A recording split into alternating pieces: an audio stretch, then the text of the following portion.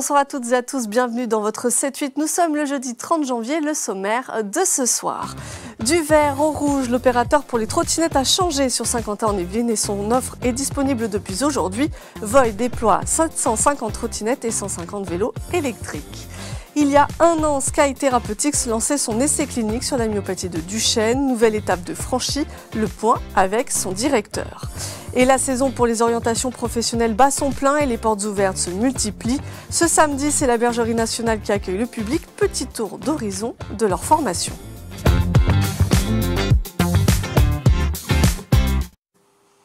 Et on commence avec cette information. 6 personnes placées en garde à vue pour tentative d'enlèvement contre Inoxtag et son père.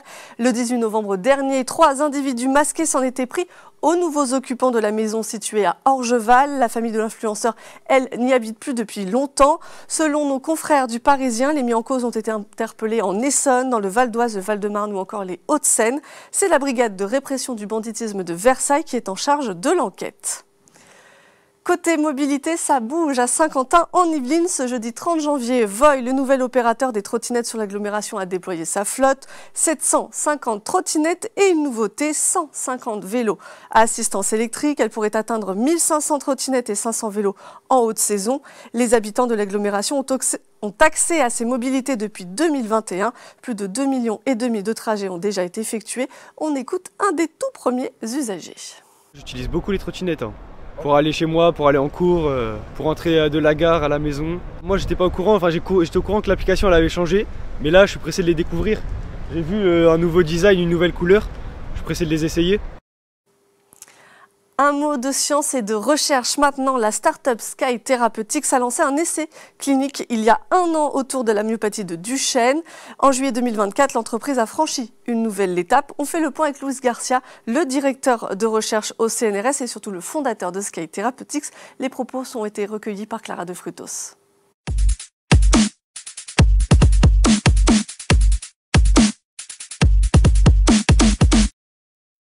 La myopathie de Duchenne est une maladie du muscle, c'est une maladie génétique. Elle affecte essentiellement les garçons, puisque le gène impliqué dans la maladie est porté par le chromosome X. Donc les filles ont 2 chromosomes X, il y en a un qui compense. On l'aperçoit clairement qu'à partir de l'âge de 3-4 ans, lorsque les enfants ont des difficultés à marcher, qui atteint également la fonction cardiaque, puisque le cœur est un muscle. C'est la deuxième maladie génétique chez l'enfant, pédiatrique. La première, c'est la mucoviscidose, ensuite c'est la myopathie de Duchenne. C'est une maladie rare, mais quand même qui n'est pas si rare que ça. Elle touche, selon les chiffres, entre 3500 et 5000 personnes à la naissance, garçons. Aujourd'hui, il n'y a pas encore de traitement satisfaisant. Ce qui est positif dans le cas de la myopathie de Duchenne, en tout cas pour les patients, c'est que beaucoup de stratégies alternatives sont en cours de développement. On a 12 patients en monocentrique, donc ça veut dire au même endroit, sur le même hôpital. Nous, notre essai clinique, de le faire sur l'hôpital de Garches, avec le FRIC Santé de Montigny, où nous avons notre laboratoire, et la start-up Sky Therapeutics qui développe et sponsorise les essais cliniques. D'abord, c'est un essai clinique de ce qu'on appelle phase 1-2A. Donc, ce qu'on vérifie, c'est la sécurité. C'est first in human en anglais, c'est-à-dire c'est la première fois qu'on utilise cette chimie et cette classe de médicaments chez l'homme. Donc, on ne sait pas ce qui va se passer. Il y a une première. Voilà, il y a une première et donc on est très très prudent. Là, on a fini la première partie, les 12 patients ont fini leur escalade de dose, tout s'est bien passé. Et maintenant, on a commencé depuis le mois de juillet la deuxième partie qui va durer vraisemblablement 1 an. Si ça marche, c'est une avancée considérable parce que aujourd'hui, il n'y a pas grand-chose de disponible sur le marché, de conclusif. J'entends, il y a des choses qui se vendent, il y en a moins qui marchent. Ce qu'on trouve sur la myopathie de Duchenne peut être appliqué à d'autres maladies. Encore une fois, c'est une boîte à outils qu'on est en train de mettre en place. C'est des outils qui vont être appropriés par l'ensemble de la communauté. Et s'ils marchent, on verra d'autres traitements avec ce type d'approche et ce type de molécules.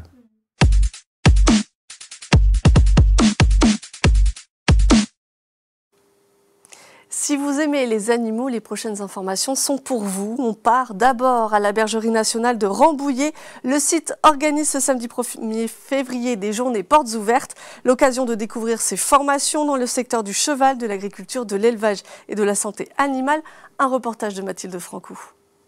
Métier du cheval, métier de l'agriculture et de l'élevage ou encore métier de la santé animale, la Bergerie nationale de Rambouillet propose une multitude de formations autour de ces 3 filières qui embauchent et les samedis 1er février et 8 mars, elle organise des journées portes ouvertes. Il y a deux types de BTS, donc les BTS vraiment conseil en élevage, métier de l'agriculture, et les BTS agri un peu plus orientés gestion pour les futures installations par exemple. Il y a un tronc commun des cours un peu de matière générale, et puis il y a bien entendu tout un cursus de cours techniques, donc zootechnie par exemple, reproduction, génétique, en bovin, en vin, ruminant et porcin. Les différentes formations autour de l'agriculture et de l'élevage regroupent une trentaine d'élèves et se font en apprentissage, tout comme les formations dans le secteur de la santé animale où l'apprentissage en entreprise représente une part importante du cursus des élèves. On apprend effectivement à aider le vétérinaire, donc à la fois dans la relation clientèle, c'est une part importante de leur métier, et puis l'aider aussi pour les chirurgies, pour la contention des animaux, pour effectuer les examens, donc tout ce qui peut permettre de seconder le vétérinaire dans toutes ses tâches, avec des structures très différentes. Ça peut aller d'un petit cabinet avec 1 ou 2 vétos à un centre hospitalier dans lequel il y a 80 vétos, donc il y a tous les cas de figure suivant les apprenantes. Enfin, la filière cheval de la Bergerie nationale propose également tout un panel de formations allant du CAP au Bac+4. On va avoir du palefrenier au groom, au cavalier, en passant par le responsable d'entreprise et le gérant d'entreprise hippique et l'enseignant.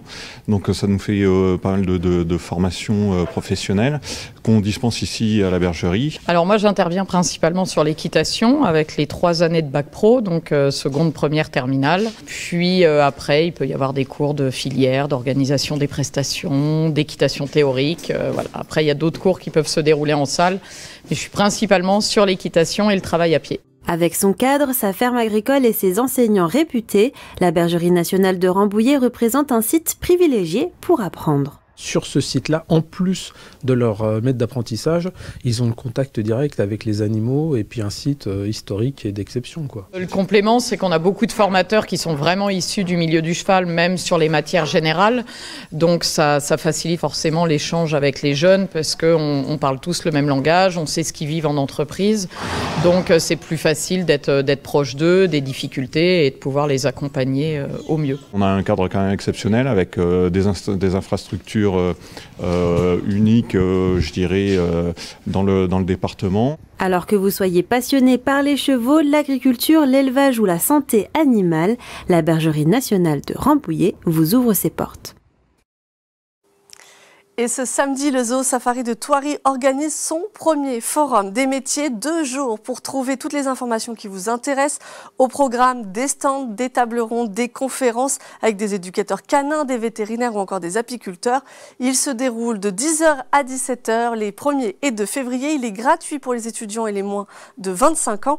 L'inscription, elle, est obligatoire. Je vous propose de terminer par un peu de musique. Louis Chédid est à la Meurize de Trappes ce dimanche 2 février. L'occasion d'écouter les titres de son tout dernier album, Rêveur, Rêveur, sorti fin 2024. Et je vous propose d'écouter un extrait de son single, Je suis là. Je suis là. Je suis là. Ici où tout là-bas. Je suis là. Je suis là. Jamais bien. Loin de toi.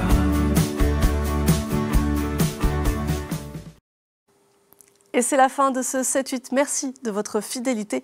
Belle soirée sur TV78.